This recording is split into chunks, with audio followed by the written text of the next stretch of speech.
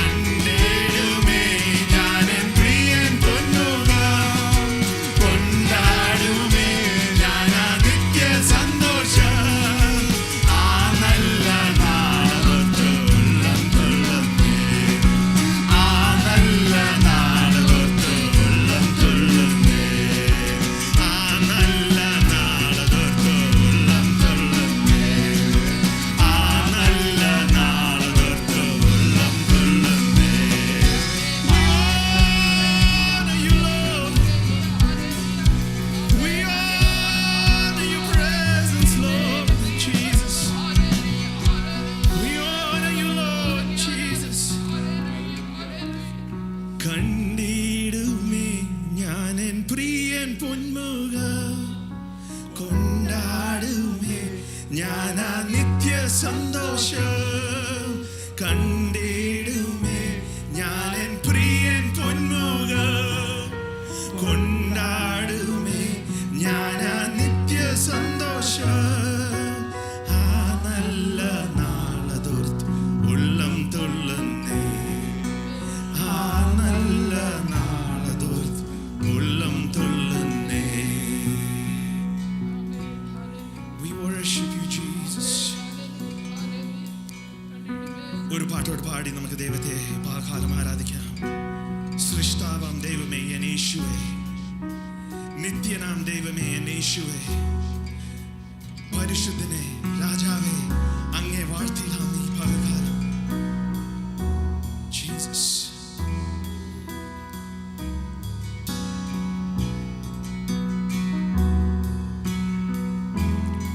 ചേർന്ന് നമ്മുടെ ശബ്ദങ്ങൾ ഉയർത്തിക്കൊണ്ട് സൃഷ്ടാവാം ദൈവമേ എൻ യേശുവേ, നിത്യനാം ദൈവമേ എൻ യേശുവേ, സൃഷ്ടാവാം ദൈവമേ എൻ യേശുവേ, നിത്യനാം ദൈവമേ എൻ യേശുവേ, ഉന്നതനാം നായകനെ, വന്ദിതനാം നായകനെ, സൗഖ്യത്തിൻ നായകനെ, കർത്താതി കർത്താവേ, വരുന്നു ഞാൻ നിൻ തിരുസന്നിധിയിൽ.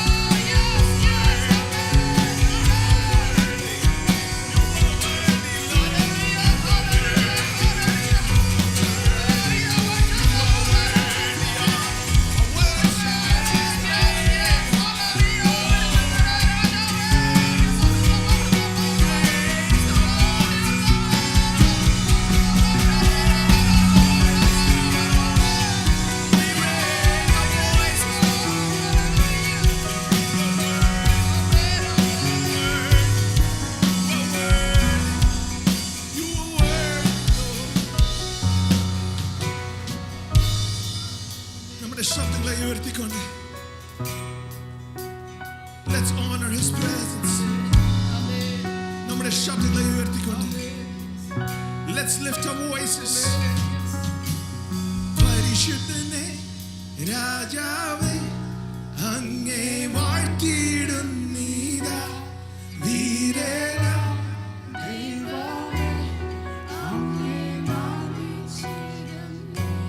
പരിശുദ്ധനെ രാജാവേ അങ്ങേ വാഴ്ത്തിയിടുന്നീതാ വീരനാ ദൈവമേ. നമ്മുടെ കൈകളെ ഉയർത്തിക്കൊണ്ട് declare it this morning. പരിശുദ്ധനെ രാജാവേ അങ്ങേ വാഴ്ത്തിയിടുന്നീതാ വീരനാ ദൈവമേ അങ്ങേ നാമിച്ചിടുന്നേ. പരിശുദ്ധനെ രാജാവേ അങ്ങേ വാഴ്ത്തിയിടുന്നീതാ വീരനാ ദൈവമേ അങ്ങേ നാമിച്ചിടുന്നേ. We honor you, Lord. You are worthy. You are worthy of it all.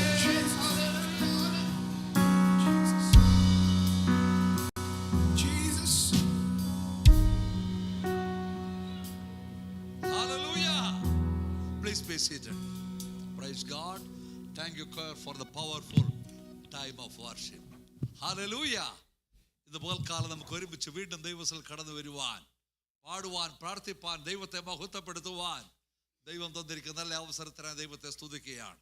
പ്രത്യേക കഴിഞ്ഞ ഇംഗ്ലീഷ് സർവീസിൽ പാസ്റ്റർ കാർലോസ് ദൈവം ശുശ്രൂഷിച്ചപ്പോൾ എൻ്റെ ഹൃദയം നന്ദി കൊണ്ട് നിറയുകയായിരുന്നു. ഹല്ലേലൂയ. നമ്മുടെ ഓരോ ഔട്ട്റീച്ചിൽ കൂടെ ദൈവം ഓരോ അപ്രകാരമുള്ള വ്യക്തികളെ ഉയർത്തട്ടെ, ഈ സഭയുടെ തൂണാക്കി തീർക്കട്ടെ എന്ന് ഞാൻ പ്രാർത്ഥിക്കുകയാണ്. ഹല്ലേലൂയ. ഈ വർഷവും കർത്താവ് അത്ഭുതങ്ങളെ ചെയ്യുവാൻ പോകുകയാണ്.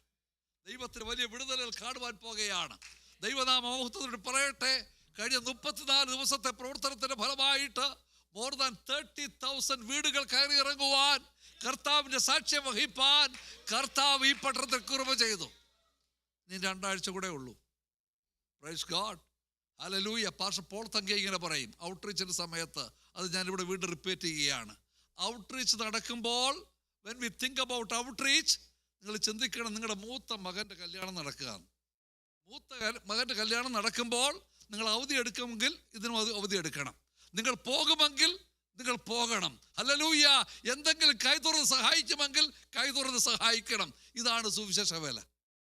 ഇത് കർത്താവിൻ്റെ വേലയാണ്. കർത്താവ് നമ്മെ ഏൽപ്പിച്ചിരിക്കുകയാണ്. കർത്താവിൻ്റെ മഹത്വത്തിന് വേണ്ടി നാം ചെയ്താൽ ഈ ലോകത്തിൽ 10 മടങ്ങല്ല 100 മടങ്ങ്.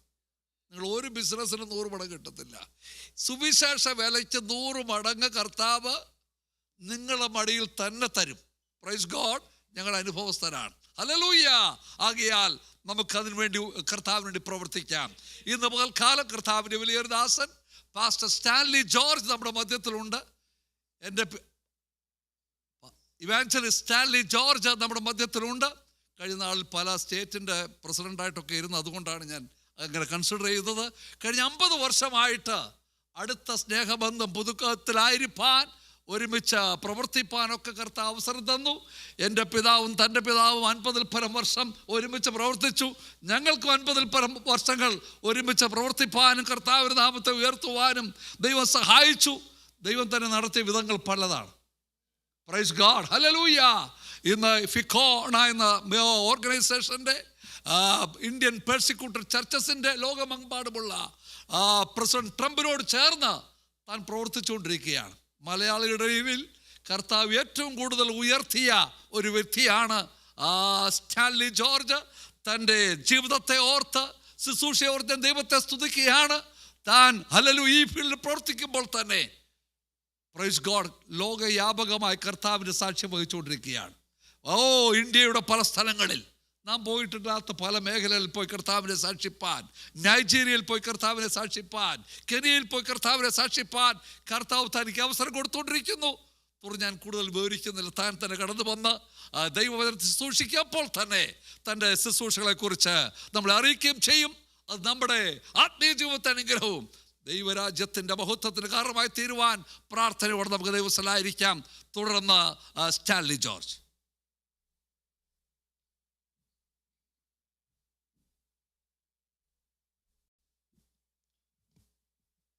Praise the Lord. ഈ അനുഗ്രഹീതമായ കൂട്ടായ്മയിൽ കടന്നു വരാൻ തക്കൊണ്ട് ദൈവം സഹായിച്ചതിനായി ദൈവത്തിന് സ്തോത്രം ചെയ്യുന്നു. എൻ്റെ പ്രിയപ്പെട്ട സ്നേഹിതൻ പാസ്റ്റർ ബദേൽ സാമുവൽ പറഞ്ഞ പോലെ അദ്ദേഹത്തിൻ്റെ ഫാദർ CHC എഴുക്കളച്ചാനും എൻ്റെ ഫാദർ പാസ്റ്റർ VC ജോർജും ഞങ്ങൾ പുനലൂരിൽ അവരുടെ സഭയിൽ എൻ്റെ പപ്പ അവിടുത്തെ പാസ്റ്ററായിരുന്നു. അന്നുമുള്ള ബന്ധമാണ്, വളരെ ആഴമായിട്ടുള്ള സ്നേഹബന്ധമാണ്. മാത്രമല്ല ഇവിടെ നടന്നുകൊണ്ടിരിക്കുന്ന റിവൈവ് ഹ്യൂസ്റ്റൻ്റെ ചുമതലയിൽ ദൈവദാസൻ പ്രവർത്തിക്കുന്നത് മനസ്സിലാക്കുകയും ചെയ്തു. ഞാനതിൽ ഫോളോ ചെയ്യുന്ന ഒരാളാണ്. അതിന് ഗ്രൂപ്പ് ഞാനുണ്ട്. കഴിഞ്ഞ കുറേ ദിവസങ്ങളായി ആഴ്ചകളായിട്ട് ഹ്യൂസ്റ്റൺ പട്ടണത്തിൽ ദൈവം ചെയ്തുകൊണ്ടിരിക്കുന്ന വലിയ പ്രവർത്തനങ്ങൾ നാം കണ്ടില്ലെന്ന് അടിക്കരുത് കേട്ടോ. ഭയങ്കര പ്രവർത്തനമാണ്. ഇതൊരു വലിയ മുന്നേറ്റമാണ്. ഇതൊരു തുടക്കം മാത്രമാണ്. ഇതിൻ്റെ അവസാനം എന്താകുമെന്ന് നമുക്ക് ആർക്കും പ്രവചിക്കാൻ കഴിയത്തില്ല. കാരണം ദൈവത്തിൻ്റെ ശക്തി ഇവിടെ വ്യാപരിച്ചുകൊണ്ടിരിക്കുന്നു. ദൈവത്തിൻ്റെ ആത്മാവ് നമ്മളിൽ പ്രവർത്തിക്കുന്നു. ദൈവത്തിൻ്റെ വചനവുമായി നമ്മൾ ഇറങ്ങുമ്പോൾ ദൈവത്തിൻ്റെ കൂട്ടായ്മ നമ്മളായിത്തീരുകയാണ്. ഇന്ന് നമ്മളറിയാം, ഇന്ത്യയിൽ എത്രയോ ജനകോടികൾ എവിടെയൊക്കെയോ തേടി കുടിയിരിക്കുന്ന ദൈവങ്ങളെ തേടി ആരാധിക്കാൻ പോകുമ്പോൾ നമ്മൾ എത്ര ഭാഗ്യവന്മാരാണ്. നമ്മളെങ്ങും പോകേണ്ട ആവശ്യമില്ല. നമ്മൾ കൂടിയിരിക്കുന്നിടത്ത് നമ്മുടെ കർത്താവ് കടന്നു വരികയാണ്. നമ്മളെ അനുഗ്രഹിക്കാൻ തക്കൊണ്ട് ദൈവത്തിൻ്റെ മഹാസാന്നിധ്യം നമ്മുടെ മധ്യത്തിലുണ്ട്. ഞാൻ കൂടുതൽ മുഖവരയ്ക്ക് ഉദ്ദേശിക്കുന്നില്ല. ഇവിടെ പറഞ്ഞ പോലെ ദൈവം എന്നെ ആക്കിയിരിക്കുന്ന എല്ലാ മേഖലകളിലും ഒരൊറ്റ നിശ്ചയമേ എനിക്കുള്ളൂ, ഒരൊറ്റ കമ്മിറ്റ്മെൻറ്റേ ഉള്ളൂ. ദൈവം എന്ത് സ്വാധീനം തന്നാലും, എത്ര പ്രമോഷൻ കിട്ടിയാലും അതെല്ലാം തന്നെ സുവിശേഷത്തിൻ്റെ അഭിവൃദ്ധി കാരണമായി മാറണം. പൗലോസ് പറഞ്ഞ പോലെ എന്ത് ഭവിച്ചാലും അതെല്ലാം സുവിശേഷത്തിൻ്റെ അഭിവൃദ്ധിക്ക് കാരണമാകണം ഞാൻ ആഗ്രഹിക്കുന്നു. അതാണ് എൻ്റെ ലക്ഷ്യം, അതാണ് എൻ്റെ കമ്മിറ്റ്മെൻറ്റ്. അപ്പോൾ ദൈവം അവസരങ്ങൾ തന്നുകൊണ്ടിരിക്കുന്നു. ഞാൻ പ്രതീക്ഷിക്കാത്ത, ഞാൻ ഒരിക്കലും വിശ്വസിക്കാത്ത, അല്ലെങ്കിൽ ഞാൻ ഒരിക്കലും ഭാവന കാണാത്ത പല രംഗങ്ങളിലും ദൈവം എന്നെ എത്തിക്കൊണ്ടിരിക്കുന്നു. അപ്പോൾ അവിടെല്ലാം ഞാൻ എൻ്റെ കമ്മിറ്റ്മെൻറ്റ് സൂക്ഷിക്കുകയാണ്, ഞാൻ ശ്രമിക്കുകയാണ്. കാരണം ദൈവത്തിൻ്റെ നാമം മഹത്വപ്പെടണം. ഇന്ന് നമുക്ക് ഒരു ആലോചനയ്ക്കായിട്ട് ചില മിനിറ്റുകൾ ഒരു 2 കൊരിന്ത്യൻസ് 5:7 നമുക്കറിയാം, നമുക്കെല്ലാം സുപരിചിതമായ ഒരു വാക്യമാണ്. കാഴ്ചയാലല്ല അത് നമ്മൾ നടക്കുന്നത്, വിശ്വാസതലത്തിൽ നമ്മൾ നടക്കുന്നത്. നമുക്കറിയാം, കോവിഡ് കഴിഞ്ഞ ശേഷമായിട്ട് കോവിഡ് മഹാമാരി ഉണ്ടാക്കിയ ഒരു ഭയങ്കര ഒരു ഒരു ഒരു ഒരു എല്ലാവർക്കും ഉണ്ടാക്കിയ ഒരു ഉത്കണ്ഠയുണ്ട് അല്ലേ. ലോകം മുഴുവൻ അതുവരെ ഇല്ലാത്തൊരു ഭയങ്കര ഭയപ്പാട്, ആശങ്ക, ഭാവിയെക്കുറിച്ച് ഭയങ്കര അനിശ്ചിതത്വം, ഇതെല്ലാം തന്നെ നമുക്കെല്ലാവർക്കും അനുഭവപ്പെട്ട. ലോകമെങ്ങും ഈ കോവിഡിനെ മഹാമാരിയിൽ നിന്ന് രക്ഷപ്പെട്ട ആരുമില്ല, ഒരു രാജ്യമില്ല. അതിസമ്പന്നമായ അമേരിക്ക പോലും തകർന്ന ഒരു സമയമാണ് കോവിഡ് സമയം. സാമ്പത്തിക രംഗം തകർന്നു, ജനകോടികൾ മരണപ്പെട്ടു, ശക്തമായ രാജ്യങ്ങളെ തന്നെ പിടിച്ച് തകർത്ത ഒരു ചെറിയ അണു സോപ്പിട്ട് കഴിയാതെ പോവും, ചത്തുപോകും. പക്ഷേ അത് ഉണ്ടാക്കിയ വിപത്ത് എന്ത് ഭയങ്കരമാണല്ലേ. ചെറിയ, നമുക്ക് കാണാൻ പോലും കഴിയാത്തൊരണുവാണ്. ഇത്ര സൂക്ഷ്മാണു ലോകം മുഴുവൻ ഇത്ര നാശം വിതയ്ക്കണമെങ്കിൽ എന്തൊരു ഭയങ്കര ഒരു സംഭവമാണ് കഴിഞ്ഞ കോവിഡ് കാലം. അപ്പം അത് കഴിഞ്ഞ ശേഷമായിട്ട് ഞാൻ മനസ്സിലാക്കിയ ഒരു കാര്യം, അനേകരോട് ഞാൻ സംസാരിച്ചു, എല്ലാ ഭാഷക്കാരോടും സംസാരിച്ചിട്ടുണ്ട്, മലയാളം മാത്രമല്ല എല്ലാ ഭാഷക്കാരോടും സംസാരിച്ചപ്പോൾ എല്ലാവർക്കും ഒരുപോലെ പറയാൻ കഴിയുന്നത്, എന്താണ് നാളത്തെ എൻ്റെ അവസ്ഥ, ഈ രാജ്യം എങ്ങോട്ടാണ് പോകുന്നത്, നമ്മുടെ നാളത്തെ സാമ്പത്തിക എന്തായിരിക്കും, നമ്മുടെ ആരോഗ്യം എങ്ങനെയായിരിക്കും, നമ്മൾ ജീവിക്കും അടുത്ത വർഷം, ഒരു നിശ്ചയമില്ല. ആ സമയത്താണ് എനിക്ക് ദൈവവചനം എൻ്റെ മനസ്സിലേക്ക് കടന്നു വന്നത്, നമ്മൾ കാഴ്ച കൊണ്ട് ജീവിക്കുന്നവരല്ല, വിശ്വാസം കൊണ്ട് ജീവിക്കുന്നവരാണ്. കാഴ്ച കാണുകയാണെങ്കിൽ നമുക്ക് ഒരു പ്രതീക്ഷയില്ല. ഇപ്പോൾ അമേരിക്ക എടുത്ത് നോക്കിയോ, ലോകം മുഴുവൻ എടുത്ത് നോക്കിയോ, എന്താ നടന്നുകൊണ്ടിരിക്കുന്നത്? നമുക്ക് പ്രതീക്ഷിക്കാൻ എന്താ വക? ഇല്ല, നെഥനിൽ ചോദിച്ചു പോലെ വല്ല നന്മയും വരുമോ, ഇസ്രായേലിൽ ചോദിച്ചു പോലെ എവിടെയെങ്കിലും വല്ല നന്മ വരുമോ? കാരണം ഒരു പ്രതീക്ഷയല്ല, കാരണം നമുക്ക് അനിശ്ചിതത്വമാണ്. പക്ഷേ ദൈവത്തിൽ വിശ്വസിക്കുന്നവർക്ക്, ദൈവം വിളിച്ചവർക്ക്, ദൈവത്താൽ വിളിക്കപ്പെട്ടവർക്ക് ഒരു കാര്യം ഉറപ്പാണ്, നമ്മൾ ജീവിക്കുന്നത് വിശ്വാസം കൊണ്ടാണ്, കാഴ്ച കൊണ്ടല്ല. കാരണം കാഴ്ച കൊണ്ട് ജീവിച്ചവർ ചരിത്രമല്ല വേദപുസ്തകം, ആണോ? കാഴ്ച കൊണ്ട് ജീവിച്ചവർ ചരിത്രമല്ല വേദപുസ്തകം. വേദപുസ്തകം മുഴുവൻ നമുക്ക് കാണാം വിശ്വാസം കൊണ്ട് ജീവിച്ചവർ ചരിത്രമാണ്. 2-3 ഉദാഹരണം ഞാൻ പറയാം, ചില മിനിറ്റ് കൂടെ. നമുക്കറിയാം വിശ്വാസത്തിൻ്റെ പിതാവായ അബ്രഹാം അല്ലേ. അപ്പോൾ അദ്ദേഹത്തെക്കുറിച്ചില്ല ഏറ്റവും കൂടുതൽ പറയാൻ കഴിയുന്നത്, വിശ്വാസത്തിൻ്റെ ഏറ്റവും വലിയ ആളല്ലേ. ഈ അബ്രഹാം ദൈവത്തിന് വിളി കേട്ടിറങ്ങി, ദൈവം തന്നെ വിളിച്ചു, അദ്ദേഹം ഇറങ്ങുകയാണ്. വർഷങ്ങൾ കഴിഞ്ഞു അദ്ദേഹത്തിൻ്റെ യാത്ര കഴിഞ്ഞ് അവസാന ഒരു ദിവസം നമ്മൾ കാണുന്നത്, നമ്മൾക്ക് വായിക്കാൻ കഴിയും പുറപ്പാടിൽ, ഒരു കൂടാരത്തിൽ അദ്ദേഹം ഇരിക്കുകയാണ്. കൂടാരത്തിരിക്കുന്ന അബ്രഹാം കാണുന്നത് എന്താണ്? എനിക്കൊരു മകൻ ഉണ്ടാകുമെന്ന് ദൈവം പറഞ്ഞു. വർഷം 25 ഇതുവരെ മകൻ ഉണ്ടായിട്ടില്ല. ഏതോ വാഗ്ദത്തദേശത്ത് കാണാമെന്ന് പറഞ്ഞ് എന്നെ ഇറക്കിയില്ല, ഇതുവരെ വാഗ്ദദേശം ഞാൻ കണ്ടിട്ടില്ല. എൻ്റെ ഈ സ്വത്ത് മുഴുവൻ ദൈവം അത് സമ്പന്നം അനുഗ്രഹിച്ചു. എൻ്റെ ആ സ്വത്ത് മുഴുവൻ ഇപ്പം പോകുന്ന ഈ ദാസനാണ്, എലയാസർക്കാണ്. അവിടെ അയാൾ നോക്കിയിരിക്കുകയാണ്, എൻ്റെ കാലം കഴിഞ്ഞാൽ എൻ്റെ സ്വത്ത് മുഴുവൻ ദാസിന് പോകും. അപ്പോൾ ദൈവത്തിൻ്റെ വാഗ്ദത്തം എവിടാണ്? ദൈവത്തിൻ്റെ വാഗ്ദാനമായ എൻ്റെ മകൻ എവിടാണ്? അല്ലെ ദൈവം കാണിക്കാതിരിക്കുന്ന ദേശം എവിടാണ്? അബ്രഹാം ഭയങ്കര ഒരു വിശ്വാസികൾ പിതാവാക്കുക എന്ന് പറഞ്ഞാലുണ്ടല്ലോ, നമ്മുടെ ജീവിതത്തിൽ ഇതാണ്. ദൈവം കുറേ വാഗ്ദത്തമൊക്കെ തന്നു, കുറേയേറെ ദൈവത്തിനോട് ആലോചന പറഞ്ഞിട്ടുണ്ട്. ചില സമയത്ത് നമ്മൾ ഇതുപോലെ കൂടാർത്തിയിരിക്കും, എന്തിയാ എൻ്റെ വാഗ്ദത്തങ്ങൾ, ദൈവം പറഞ്ഞ ആലോചന എവിടാണ്? നമ്മൾ ആകെ വിഷമിച്ചു പോകും. നമ്മുടെ ഈ അബ്രഹാം എന്ന് പറഞ്ഞാലും യാക്കോബ് എന്ന് പറഞ്ഞാലും എല്ലാവരും തന്നെ മനുഷ്യരാണ്. എല്ലാവർക്കും മാനുഷികമായി ഈ ഭയപ്പാടുണ്ടാകാം, നമ്മളെ ഭാവിയെക്കുറിച്ചുള്ള ഉത്കണ്ഠ ഉണ്ടാകാം. അബ്രഹാം ഇതിങ്ങനെ വിഷമിച്ചിരിക്കുമ്പോൾ പെട്ടെന്ന് അബ്രഹാമിന് ശബ്ദം ഉണ്ടാകുന്നു, അബ്രഹാമേ നീ കൂടാരം വിട്ട് പുറത്തേക്ക് പോകുക. അപ്പം കൂടാരം വിട്ട് പുറത്തിറങ്ങിയ അബ്രഹാം, നീ ആകാശത്തേക്ക് നോക്കുക. അടുത്ത ശബ്ദം. ആകാശത്തേക്ക് അബ്രഹാം നോക്കിയപ്പോൾ കാണുന്നത് എന്താണ്? കോടാനുകോടി നക്ഷത്രങ്ങൾ നിൽക്കുകയാണ്. പെട്ടെന്ന് അബ്രഹാമിൻ്റെ മനസ്സിൽ തൻ്റെ നഷ്ടപ്പെട്ടു പോയ വിശ്വാസം, അല്ലെ ക്ഷീണിച്ചു പോയ തൻ്റെ വിശ്വാസം കൂടുതൽ ശക്തിപ്പെട്ടു. അദ്ദേഹത്തെ പെട്ടെന്ന് ഓർമ്മ വന്നു, കർത്താവ് പറഞ്ഞിട്ടുണ്ട്, ദൈവം പറഞ്ഞിട്ടുണ്ട്, നിൻ്റെ സന്തതി ആകാശത്തിലെ നക്ഷത്രങ്ങളെ പോലെ കണ്ടോ. അപ്പോൾ ദൈവത്തിന് നമ്മുടെ ഈ ചില സമയത്ത് ദൈവം നമ്മൾ ക്ഷീണിക്കുമ്പോൾ നമ്മളെ ശക്തീകരിക്കുന്ന ദൈവമാണ്. നമ്മുടെ വിശ്വാസം നമ്മളെ ബലപ്പെടുത്താൻ ദൈവത്തിന് നമ്മളെക്കാട്ടി നിർബന്ധമുണ്ട്. അതുകൊണ്ടില്ലയോ ഈ കർത്താവ് യേശു ക്രിസ്തു പ്രാർത്ഥിക്കുന്നത് എന്താണ്? ശിഷ്യന്മാർക്ക് വേണ്ടി പ്രാർത്ഥിച്ചത് അവർക്ക് സമ്പത്ത് ഉണ്ടാകാൻ വേണ്ടിയാണോ? അല്ല അവർക്ക് ജോലി കിട്ടാൻ വേണ്ടിയാണോ? അല്ലെ ഞാൻ പോയി കഴിഞ്ഞാൽ അവർക്ക് എങ്ങനെ അവരുടെ സോഷ്യൽ സെക്യൂരിറ്റിക്ക് വേണ്ടിയാണോ യേശു പ്രാർത്ഥിച്ചത്? അല്ല, യേശു പ്രാർത്ഥിച്ച ഒരേ ഒരു പ്രാർത്ഥന, എൻ്റെ ശിഷ്യന്മാർ കർത്താവെ വിശ്വാസം വർദ്ധിപ്പിക്കണമേ. വിശ്വാസം വർദ്ധിപ്പിക്കുന്ന കാര്യത്തിൽ മാത്രമാണ് ദൈവത്തിന്. കാരണം നമുക്കറിയാം, വിശ്വാസം ഉണ്ടെങ്കിൽ ദൈവത്തിന് മഹത്വം. മറ്റു കാര്യങ്ങൾ കൃപകൾ നിങ്ങൾക്കുണ്ടായാലും വരങ്ങളുണ്ടായാലും എന്തൊരു സൗകര്യം ഉണ്ടായാലും വിശ്വാസമില്ലെങ്കിൽ ഇതെല്ലാം വ്യർത്ഥമാണ്. വിശ്വാസം കൂടെ പ്രാർത്ഥിച്ചുകൊണ്ടുന്ന കാര്യം യാക്കോബ് പറയാൻ, നിങ്ങൾ വെറുതെ പ്രാർത്ഥിക്കുകയാണ്, നിങ്ങൾ വെറുതെ സമയം വേസ്റ്റ് ചെയ്യാണ്, നിങ്ങൾക്കൊന്നും കിട്ടത്തില്ല. അപ്പം വിശ്വാസം എന്നുള്ള വലിയ കാഴ്ചപ്പാടാണ് നമുക്കുണ്ടാകേണ്ടത്. അപ്പം ദൈവം അബ്രഹാമിനോട് പറഞ്ഞു, അപ്പം നക്ഷത്രം കണ്ട അബ്രഹാമിന് മനസ്സിലായി, എൻ്റെ ദൈവം വിശ്വസ്തനാണ്. കണ്ടോ, ദൈവം എന്നെ കാണിച്ചു തന്നു, തൻ്റെ വരളപ്പാട് ഒരിക്കലും മാറത്തില്ല. അബ്രഹാം ദൈവത്തിൽ കൂടുതലായിട്ട് വിശ്വസിച്ചു. കുറേ കഴിഞ്ഞപ്പോൾ നാണ്ട ഇസ്ഹാക്ക് ജനിക്കുകയാണ്. കണ്ടോ, ഇസ്ഹാക്ക് ജനിക്കുകയാണ്. അപ്പം നമ്മുടെ ജീവിതത്തിൽ കാഴ്ച കണ്ടുകൊണ്ടിരുന്ന അബ്രഹാമിനെ പോലെ നമ്മൾ ഒരിക്കലും കാഴ്ച കണ്ടുകൊണ്ടിരിക്കില്ല. നമുക്ക് വിശ്വാസം കൊണ്ട് കാണാൻ കഴിയുമോ? ദൈവത്തിൻ്റെ ആലോചനകൾ, ദൈവത്തിൻ്റെ അരുളപ്പാടുകൾ, ദൈവം നമുക്ക് നൽകിയിട്ടുള്ള വാഗ്ദാനങ്ങൾ, ദൈവം നമ്മളോട് നൽകിയ പ്രവചനങ്ങൾ നമുക്കിത് മനസ്സിലാക്കാൻ കഴിഞ്ഞാൽ അബ്രഹാമിനെ പോലെ നമുക്ക് പറയാൻ കഴിയും, ദൈവം വാക്ക് മാറാത്തവനാണ്, വാഗ്ദത്തങ്ങൾ വിശ്വസ്തനാണ്. നമുക്ക് വേറെ കാര്യം അറിയാം, ഏലീശ പ്രവാചകൻ്റെ ചരിത്രം അറിയാം. ഒരു ദാസൻ ഒരു ദിവസം ഓടി വന്ന് പറയാണ്, യജമാനെ നമ്മുടെ ചുറ്റും വലിയ സൈന്യം ഇറങ്ങിയിരിക്കുന്നു, ഭയങ്കര സൈന്യം ഇറങ്ങിയിരിക്കുന്നു, അവരേ സമയത്ത് നമ്മളെ ആക്രമിച്ച് നമ്മളെ കീഴ്പ്പെടുത്തി നമ്മളെ കൊല്ലാം. അപ്പം ഏലീശ പറഞ്ഞു, ഏലീശ പെട്ടെന്ന് ഒന്നും പരിഭ്രാന്തി ഒന്നും ഉണ്ടായില്ല. ഏലീശ പറഞ്ഞു, ഏലീശ ഒറ്റ പ്രാർത്ഥന, ദൈവമേ ഇവൻ്റെ അത് കണ്ണു തുറക്കണമേ. അപ്പോൾ ഈ ദാസൻ കണ്ടുകൊണ്ടില്ല ഇതെല്ലാം കണ്ടത്. എന്തോ പ്രാർത്ഥനയാണ് അത്? ദൈവം കണ്ട കാര്യമെന്ന് പറഞ്ഞപ്പം ഇവന് കണ്ണു തുറക്കാൻ പ്രാർത്ഥിക്കേണ്ട ആവശ്യം എന്താണ്? പക്ഷേ ദൈവം ഈ ദാസനെ കണ്ണു തുറന്നപ്പോൾ എന്താ കണ്ടേ? ആദ്യമായ രഥങ്ങൾ കൊണ്ട് അവർ നിറഞ്ഞിരിക്കുകയാണ്. അവരുടെ പാളയത്തിന് ചുറ്റും ദൈവത്തിൻ്റെ രഥങ്ങൾ, ദൈവത്തിൻ്റെ ദൂതന്മാർ, അവർക്കെതിരെ വന്ന ശത്രുവിനേക്കാളും ഭയങ്കര അമിതമായിട്ടുള്ള ശക്തിയോടുകൂടി ദൈവത്തിൻ്റെ സൈന്യം തൻ്റെ ജനത്തിന് വേണ്ടി പാളയം ഇറങ്ങിയിരിക്കുന്നു. അപ്പം കാഴ്ച കണ്ട ദാസൻ്റെ കണ്ണ് ദൈവം തുറന്നപ്പോൾ അവൻ എന്തുകൊണ്ട് കണ്ടു? വിശ്വാസം കൊണ്ട് അവൻ കണ്ടു.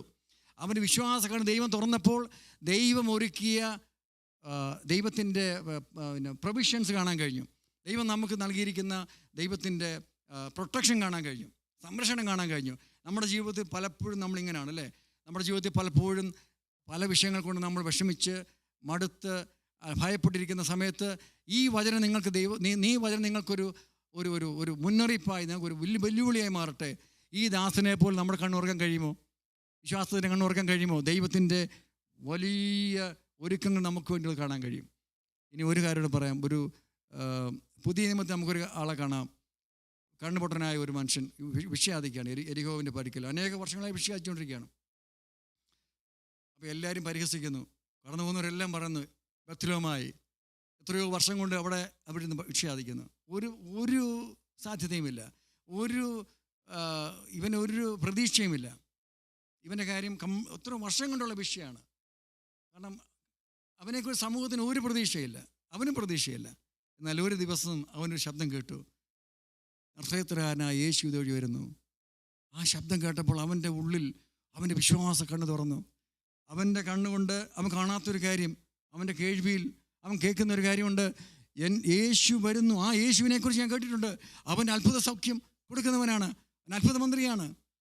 ആ വിശ്വാസം ആ ബർത്തിലോമായി എന്ന അന്ധൻ്റെ മനസ്സിലേക്ക് വന്നപ്പോൾ യേശു കടന്നു വരുമ്പോൾ, യേശുവേ എനിക്ക് കാഴ്ച. അവൻ്റെ ആ സമൂഹം മുഴുവൻ തള്ളിയിരുന്ന ഒരു മനുഷ്യൻ, ജീവിതത്തിൽ ഒരു പ്രതീക്ഷയുമില്ലെന്ന് സമൂഹം വിധി എഴുതിയ ഒരു മനുഷ്യൻ, യേശുവിൻ്റെ ഒരു വാക്കിന് മുമ്പിൽ, യേശു അവൻ്റെ ഈ വഴി വരുന്നവൻ എൻ്റെ കണ്ണിന് സൗഖ്യം തരാൻ കഴിയുന്നവനാണെന്നുള്ള ഒരൊറ്റ വിശ്വാസം, ഒരൊറ്റ വാക്ക് അവൻ്റെ ജീവിതത്തിൽ വലിയ വ്യത്യാസം ഉണ്ടാക്കി. ദൈവത്തിന് സൗഖ്യം കൊടുത്തു. നമ്മുടെ കുടുംബങ്ങളിൽ, നമ്മുടെ സമൂഹത്തിൽ, നമ്മുടെ വ്യക്തിപരമായ ജീവിതത്തിൽ ഇതുപോലെ യേശുവിൻ്റെ ഒരു വാക്കിന് വ്യത്യാസം വരുത്താൻ കഴിയുമെന്ന് എത്ര പേർക്ക് വിശ്വാസമുണ്ട്? ഇവിടെ എത്ര പേർക്ക് വിശ്വാസമുണ്ട്? യേശുവിൻ്റെ ഒരൊറ്റ വാക്കിന് എൻ്റെ കുടുംബത്തിന് വ്യത്യാസം വരുത്താൻ കഴിയും. യേശുവിൻ്റെ ഒരൊറ്റ വാക്കിന് ഈ സഭയ്ക്ക് വ്യത്യാസം വരുത്താൻ കഴിയും. യേശുവിൻ്റെ ഒരൊറ്റ വാക്കിന് ഈ ഹ്യൂസ്റ്റൺ പട്ടണത്തെ വ്യത്യാസപ്പെടുത്താൻ കഴിയും. റിവൈവ് ഹ്യൂസ്റ്റൻ്റെ തത്വം അതാണ്. റിവൈവ് ഹ്യൂസ്റ്റൺ എന്ന് പറയുന്നത് യേശുവിൻ്റെ വാക്കാണ്. നമ്മൾ വലയിറക്കുകയാണ് അല്ലേ? യേശുവിന് ഈ സമൂഹത്തെ വ്യത്യാസപ്പെടുത്താൻ കഴിയും. ഇനി അവസാനം ഒരു കാര്യം പറയാനുണ്ട്. യേശു പറയുന്ന ഒരു കാഴ്ചപ്പാടുണ്ട്. ഇതൊക്കെ നമ്മുടെ വ്യക്തിപരമായ ജീവിതത്തിലെ കാഴ്ചപ്പാടുകളാണ്. എന്നാൽ യേശു പറഞ്ഞു, യോഹന്നാന്റെ സുവിശേഷം 4:35 യേശു പറയുന്നു, നിങ്ങൾ തലപൊക്കി നോക്കിയാൽ ഇപ്പോൾ തന്നെ നിലങ്ങൾ കൊയ്ത്തിന് വെളുത്തിരിക്കുന്നു. ഇതാണ് നമുക്ക് വേണ്ട കാഴ്ചപ്പാട്. സഭയുടെ കാഴ്ചപ്പാട് ഇതാണ്. കൊയ്ത്തിന് വെളുത്തിരിക്കുന്ന വയൽ. നമുക്കിത് കാണാൻ കഴിയുന്നുണ്ടോ? എനിക്കറിയാം, ഈ റിവൈവ് ഹ്യൂസ്റ്റനിലുള്ള ഓരോരുത്തർക്കും ആ വയൽ കാണാൻ കഴിയും. അല്ലെങ്കിൽ ഇവർ ഇറങ്ങത്തില്ല. ആരാ ഈ വയലത്ത് ഇത്രയും എഴുതിടിച്ച് കൊടുത്ത് ഇങ്ങനെ മണിക്കൂർ കണക്കിന് പാർക്കിലും സ്ട്രീറ്റിലും ഇറങ്ങി പ്രവർത്തിക്കുന്നവരുടെ ഉള്ളിലെ വെളിച്ചം എന്താണ്? അവരുടെ വിശ്വാസം എന്താണ്? യേശു പറഞ്ഞ വയൽ ഇതാണ്, കൊയ്ത്തിന് വെളുത്തിരിക്കുന്ന വയൽ. ഈ വയൽ നമ്മൾ കൊയ്തില്ലെങ്കിൽ ഉണ്ട് വലിയവരും കയറി കൊയ്യും. ഇത് നിരീശ്വരവാദികൾ കൊയ്യും, കമ്മ്യൂണിസ്റ്റുകാർ കൊയ്യും, ഗോഡ് ഹേറ്റിംഗ് ആളുകൾ കൊയ്യും, റാഡിക്കൽ ലെഫ്റ്റ് ഇത് കൊയ്യും. ഇതുപോലെ ഈ രാജ്യത്ത് ഈ ജനങ്ങളെ പിടിച്ചെടുക്കാൻ നടക്കുന്ന ശക്തികൾ ഈ വയൽ കൊയ്യും. അപ്പം നമ്മൾ ഈ വയൽ കൊയ്യണം. ഈ വയൽ കൊയ്തില്ലെങ്കിൽ നമുക്ക് ഭയങ്കര നഷ്ടമാണ്. യേശു പറഞ്ഞ വയൽ ഇതാണ്. ശമരിയെ വെച്ച് അത് പറയുന്നത്. ശമരിയയിൽ വെച്ച് പറയാൻ കാരണം എന്താണ്? ശിഷ്യന്മാർക്ക് ഒരു വിശ്വാസമില്ല. അവിടെ സുവിശേഷം പ്രസംഗിക്കാൻ അവർക്ക് മടിയാണ്. അവിടെ അവർ വെറുക്കപ്പെട്ടവരാണ്, അവരെ ആർക്കും വേണ്ട. അപ്പം ഒരു പ്രതീക്ഷയില്ലാത്ത ശമരിയയിലാണ് യേശു പറയുന്നത്, ഇതാ കൊയ്ത്തിന് ഇവിടാണ്. നിങ്ങളുടെ ജീവിതത്തിൽ എവിടെയെങ്കിലും ഏതെങ്കിലും മേഖലകളിൽ പ്രതീക്ഷയ്ക്ക് വകയിൽ നിങ്ങൾ ചിന്തിക്കുന്നെങ്കിൽ ദൈവം പറയുന്നത് ഇത് തന്നെയാണ് കൊയ്ത്തിന് വെളുത്തിരിക്കുന്ന വയൽ. ശമരിയയിൽ എന്താണ് സംഭവിച്ചത്? പിന്നെ നമുക്കറിയാം, ശമരിയെ ഭയങ്കര ഉണർവുണ്ടായി. ഫിലിപ്പോസ് ഉപദേശി അവിടെ നിന്നാണ് പോയത് അല്ലേ? ഭയങ്കര ശമരിയ ഉണ്ടായി. പ്രതീക്ഷയില്ലാത്ത സ്ഥാനത്ത് ദൈവത്തിൻ്റെ വാക്കിന് ഭയങ്കരമായിട്ട് വ്യത്യാസപ്പെടുത്താൻ കഴിയും. ഇവിടെ ഇരിക്കുന്ന ഈ സഭ അടുത്ത ആഴ്ച ഈ സഭ ഡബിൾ ചെയ്യുകയാണെങ്കിൽ ഒരൊറ്റ കാര്യമുണ്ട്. ഞാനൊരു രാഷ്ട്രീയ സ്ട്രാറ്റജിസ്റ്റായിട്ടാണ് എന്നെ അറിയപ്പെടുന്നത്, ബിസിനസ് കൺസൾട്ടൻ്റൊക്കെയാണ്. അപ്പോൾ ഈ സഭ വരുമ്പോൾ എനിക്കറിയാവുന്ന ഒരൊറ്റ സ്ട്രാറ്റജി ഞാൻ പറഞ്ഞുതരാം. ഈ സഭ ഡബിളാക്കാൻ ഒരൊറ്റ സ്ട്രാറ്റജിയുണ്ട്, സിമ്പിളാണ്.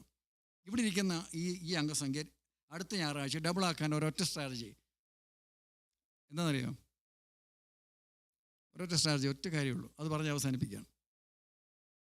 അടുത്ത 7 ദിവസം ഇവിടെ ഇരിക്കുന്ന ഓരോരുത്തരെ കൊണ്ടുവന്നാൽ മതി, ഈ സഭ ഡബിളാകും അല്ലേ? എന്ത് എളുപ്പമാണ്.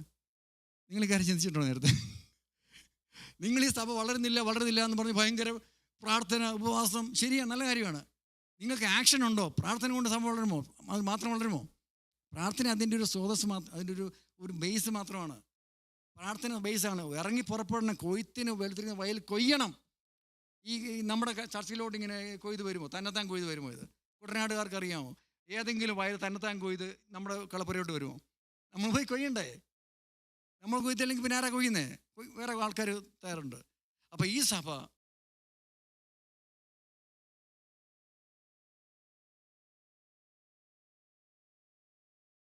ഭാഷക്കാരനാകട്ടെ, അത് ഏത് കളറുള്ളവനാകട്ടെ, ഏത് സംസ്കാരമുള്ളവനാകട്ടെ, ഇവിടെ ഇംഗ്ലീഷ് സർവീസ് ഉണ്ടല്ലോ, ഏത് ഭാഷക്കാരൻ വന്നാൽ മനസ്സിലാകുമല്ലോ അല്ലേ?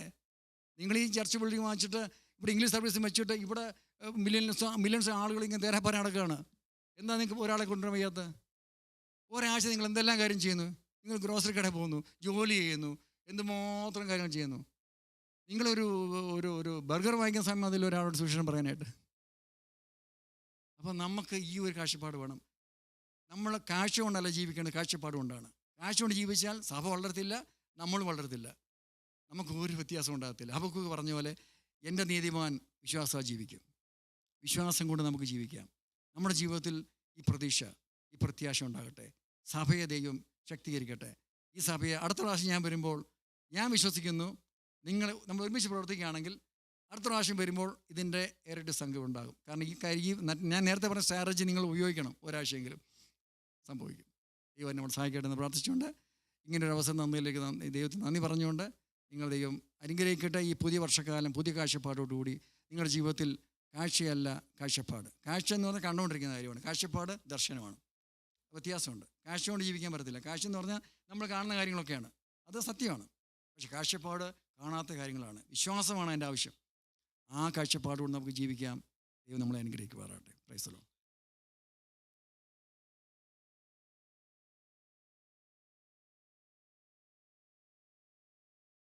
ദൈവം നമ്മെക്കുറിച്ച് ആഗ്രഹിക്കുന്നത് വിശ്വാസത്തിൻ്റെ കാൽച്ചൂടുകൾ വച്ച് ദൈവം നമുക്ക് വേണ്ടി വച്ചിരിക്കുന്ന ഉന്നതമായ മണ്ഡലങ്ങളിലേക്ക് ചവിട്ടിക്കയറുവാനാണ്. Praise God, hallelujah. ചുറ്റുപാടുകളെ മാത്രം നോക്കി ജീവിതം അവസാനിപ്പിക്കാതെ ദൈവം ശില്പിയായി നിർമ്മിച്ചിരിക്കുന്നതും അടിസ്ഥാനമുള്ള നഗരത്തിനായി നമുക്ക് കാത്തിരുന്ന് മുന്നേറാം. കർത്താവിന്റെ ദാസൻ സ്റ്റാലിയെ ഓർത്ത്, തൻ്റെ പ്രവർത്തനത്തെ ഓർത്ത് നമുക്ക് പ്രാർത്ഥിക്കാം. തനിക്ക് കൊടുത്തിരിക്കുന്ന എല്ലാ അവസ്ഥകളും സ്ഥാനമാനങ്ങളും ദൈവരാജ്യത്തിൻ്റെ കെട്ടുപണിക്ക് വേണ്ടി, ദൈവസഭയുടെ വളർച്ചയ്ക്ക് വേണ്ടി താൻ പ്രവർത്തിച്ചുകൊണ്ടിരിക്കും തന്നെ കർത്താവ് കുടുംബത്തെ വീണ്ടും ശക്തീകരിക്കട്ടെ എന്ന് ഞാൻ പ്രാർത്ഥിക്കുകയാണ്. നമുക്ക് പ്രാർത്ഥിക്കാം. നമുക്ക് തലകളെ വടക്കാം, പ്രാർത്ഥിക്കാം. നമ്മളെല്ലാവരും പ്രാർത്ഥിച്ചുകൊണ്ടിരിക്കുമ്പോൾ പാസ്റ്റർ ഹല്ലേലൂയ ജോൺ ലാൽ കടന്നു വന്ന് പ്രാർത്ഥന നമ്മെ സഹായിക്കും.